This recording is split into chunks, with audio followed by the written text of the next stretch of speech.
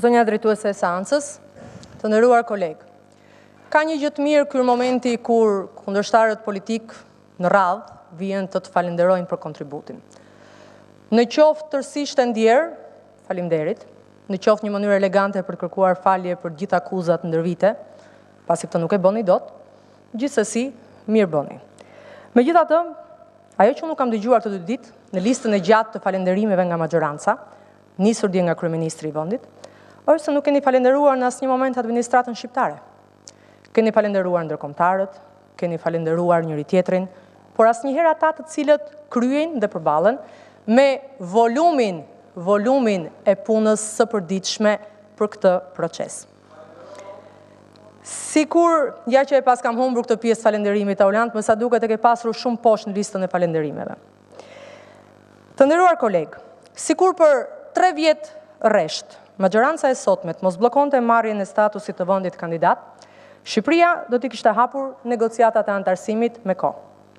Edhe pas një pune kolosale të administratës dhe mbështetjes së partnerëve, nuk ja dolëm dot që statusin e vendit kandidat ta preknim para datës 4 qershor 2014.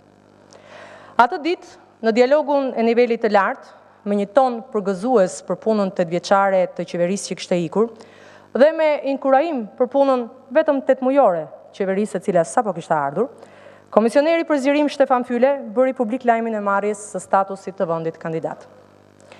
Ka një foto të asaj dite që unë edhe po dua nuk e harroj dot se e shoh shpesh herë nëpër portale, ku duket sikur secili ka një dialog të ngatruar me veten. Një përzierje gjendjesh nga krenaria Boshe deri tek çlirimi i kthjellët, sa ajo çka pritej prej vitesh u krye. Kryeministri është duke bërë foto me celularin e tij. Ministri e Integrimit ka një qeshur shpërthyese, ndërsa unë jam duke buzëqeshur me kokën më një anë. Dhe secili është në shkëndijat e veta të ngazëllimit. Kryeministri, sepse zyrtarizimi i statusit të vendit kandidat, të cilin e vuri baraz në fakt me statusin e kryetarit të qarkut të Fierit, mbriti në kohën e tij. Ministri e Integrimit qesh sepse rastisi në kohën e saj, unë buzëqesh sepse detyrimet ishin realizuar në kohën e qeverisë time. Secili është duke i buzëqeshur kohës së vet. Atë ditë kam kërkuar për herë të parë zyrtarisht që komisioni duhet nxitonte për çeljen e negociatave të antarësimit të Shqipërisë me Bashkimin Evropian. E di që prej aty, në qershor të 2014-s, mori udhë thjerrja e një blasfemie me shumë aktor, por asnjë ditë sa herë kam patur mundësi, kudo që kam qenë, nuk kam rreshtur së kërkuari të njëjtën gjë. Rekomandimin për çeljen e antarësimit, negociatave të antarësimit të Shqipërisë me Bashkimin Evropian. Ky është një lajm shumë i mirë për shqiptarët. Në këtë sallë dhe jashtë saj, e kam fjalën për administratën, shoqërinë civile, biznesin, kanë kontribuar të gjithë për t'ia mbritur kësaj dite. Por Partisë Demokratike, si partia që ka nisur rrugtimin e saj 26 vite më parë me premtimin historik të antarësimit të plotë të Shqipërisë në Europë, i takon të ndjehet naturalisht më e privilegjuar. Pas 8 vitesh qeverisje, proceset madhore që nga marrëveshja e stabilizim asocimit, antarësimi në NATO, liberalizimi i vizave, deri tek marrja e statusit të vendit kandidat, pse jo, edhe pavarësia e Kosovës kanë vulën dhe kontributin e kësaj force politike, dhe këto janë procese të denja për krenari kombëtare. Kam qenë ministre e Integrimit për gati 7 vjet dhe kam përjetuar rrugtimin drejt Bashkimit Evropian si shërbimin më të madh ndaj vendit tim. Nuk ka ndryshuar asgjë tek unë edhe gjatë këtyre viteve në opozit. Ndaj, e ndjej se më duhet them 2 fjalë pak më gjatë se tjerët për mburrjet, gënjeshtrat dhe tymin që po shoqëron vendimin e djeshëm për çeljen e negociatave. Integrimi i Shqipërisë në Europë është një proces i gjatë që shtrihet në kohë, përfshin gjithë spektrin politik dhe sigurisht që kalon mandatin e një qeverie. Si tillë, nëse duhet të ndihemi të gjithë të përfshirën të, duhet të jemi gjithnjë koherent si kur jemi në pushtet, ashtu dhe kur jemi në opozit. Vetëm kështu do të çlirohemi nga kompleksi se dikush po na e vjedh procesin dhe do të ndjehemi të gjithë pjesë e tij. Është e vërtetë se duke i lënë radhën njëri tjetrit për pushtet, i kemi lënë njëkohësisht radhën njëri tjetrit për të nderuar apo për të turpruar me këtë proces, por jo për vota, përpara historisë së shqiptarëve. Ky është një proces që nuk t'jep vota, por t'jep dinjitet.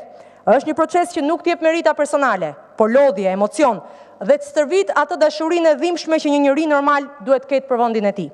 Është një proces që gënjeshtarit i nxjerr lakuriq patetizmin dhe vetkrekosjen. Kushdo që ka punuar qoftë dhe një ditë me të, e kupton se sa e vështirë është të japësh llogari si për arritjet, edhe për problemet e vendit tënd. Është një proces për cilin shqiptarët nuk t'japin vota, por shpërblen vetëm me përbuzje dhe braktisje nëse u avonon atë qoftë edhe një ditë. E duam Shqipërinë si gjithë Europa është ëndra e tyre, dhe ne jemi vetëm shërbëtorët e tyre në këtë proces. Ata janë arkitektët, ndërsa ne jemi zbatuesit teknik. Ata janë subjekti i këtij procesi. Ne jemi aktorët që duhet t'u bëjmë atyre më të prekshëm atë çdo ditë. Askush nuk bëhet hero në këtë vend pse ka shërbyer për këtë proces. Përkundrazi, rrezikon të bëhesh armik nëse prish apo e bllokon atë.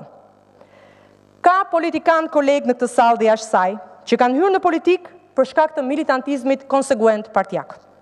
Ka të tjerë që kanë hyrë për shkak se janë biznesmen apo artist. Ka të tjerë që i ka seleksionuar debati politik dhe i ka bërë të pëlqyer nga populli si orator. Ka nacionalistë dhe përfaqësues pakicash që duan përfaqësohen me drejt. Të gjithë janë në politikë për një arsye. Unë jam në politikë dhe kam zgjedhur Partinë Demokratike për këtë bindje. E dua Shqipërinë si gjithë Europa. Ky u bë fati im politik dhe unë as kam dashur ta ndroj dhe as dua ta ndroj me asgjë tjetër. Për këtë bindje as do të jem ndonjë ditë kundër vetes dhe pa asnjë arsye apo çmim mbi të nuk do të shkelja. Por sigurisht që çmimi nuk është i vogël. Është çmimi i respektit ndaj vetes. Si një proces mbi partijak të cilit i kanë shërbyer gjitha partitë nga pak, ai të detyron të jesh realiste, mbi partijake, larg emocioneve politike që duan ta përdorin atë. E di që kjo nuk naq shumë syresh, por të bën më të përkushtuar ndaj bindjes tënde. Të bën të jesh e sulmuar kur je në qeveri, pasi ngjall zilinë e kundërshtarëve që për Europën janë po aq xheloz sa dhe për një dashuri drithëronjse, por po aq të bë ka të sulmuar dhe kur je në opozit dhe kur tregon se e do po një lloj këtë lloj rrugtimi. E përsëris procesi i integrimit evropian të Shqipërisë nuk t'jep vota. Nuk jep vota as PD-s, as PS-s, as LSI-s që e ka në emër, pasi shqiptarët na e konsiderojnë këtë si një detyrim që kemi ndaj tyre për t'ju dhënë shpresë, dhe jo si një dhuratë për cilën duhet na shpërblen me vota. As Edi Rama, as Lulzim Basha, as kush tjetër nuk mund dhe ai që do të ketë fatin apo ajo ta fusë Shqipërinë në BE, nuk ka për të shpërblyer nga votuesit shqiptar me 2 vota më shumë apo më pak për këtë gjë, por do të ndëshkohet me njëherë nga ata nëse bën ndonjë hap kundër këtij procesi. E bindur për këtë, nga përvoja ime në këtë proces, qoftë në pushtet edhe sot si kryetare e Komisionit Integrimit dhe Këshillit Kombëtar, ju kërkoj të çliroheni të gjithë nga ankthi që keni se mos ja vidhni njëri tjetrit. Nuk është procesi ynë, është i shqiptarëve. Nuk na e dim për nder pse po bëjmë detyrën, por do të na e quajnë krim nëse nuk e bëjmë atë. Të bën njësoj me faj dhe po ta bllokosh politikisht, edhe po të mos bësh asgjë për ta ndihmuar që të lëviz. Të dyja për mua janë njësoj të dëmshme. Të dyja janë ligësi politike që lën peng shqiptarët për përfitime partijake.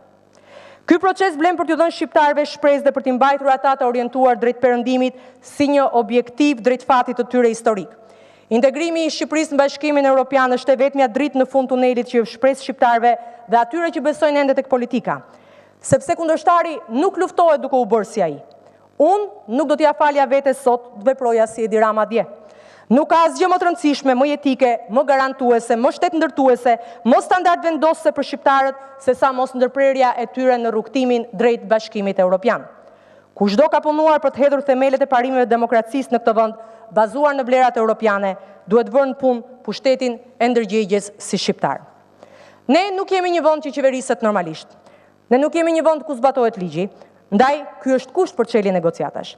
Ne nuk jemi një vend që kemi respekt për votën, madje e vjedhim atë pa u ndier fare në faj. Ne nuk jemi një vend me institucione funksionale dhe demokratike. Ne nuk jemi një vend ku liderat politike mbajnë fjalën, madje gënjejnë çdo ditë paturpsisht mbi të. Ne nuk jemi një vend ku papunësia është zvogluar, përkundrazi, është në rritje. Mungesa e zhvillimit ekonomik çon në rritje të shifrave të emigracionit paligjshëm dhe të kërkesave për azil, të cilat janë kthyer në bezdin më të madhe për vendet anëtare. Ne jemi një vend që dënojmë pamundurin që punon parcelat e drogës dhe kriminalin e sjellin në parlament. Por jemi një vend që prej dje ka një shans më të madh monitorohet për çdo pikë nga ato më lart në detaje. Jemi gjithashtu para një kushtit patjetërsueshëm vendosur nga Komisioni, reformën drejtësi dhe veçanërisht vettingun. Pa rezultate të prekshme, sigurisht që nuk do të ketë hapjet negociatave. Këto janë standardet europiane dhe pikërisht për këto Europa është i vetmi destin i sigurt i yni.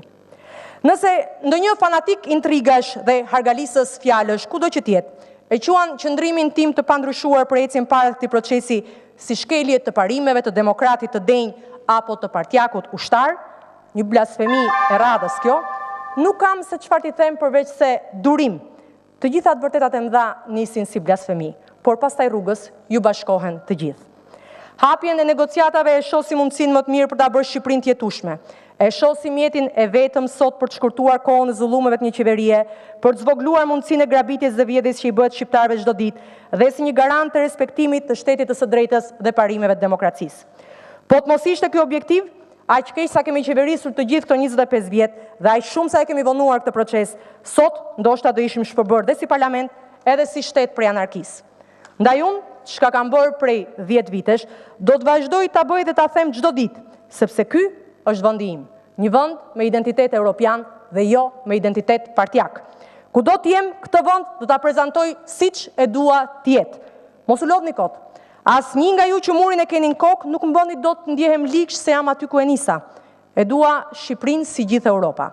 Sepse siç thoshte dikush, patriot është ai që me besnikëri shërben atë dheut që ndërron të ketë, dhe jo atij atë dheut që sheh kur zgjohet në mëngjes. Faleminderit.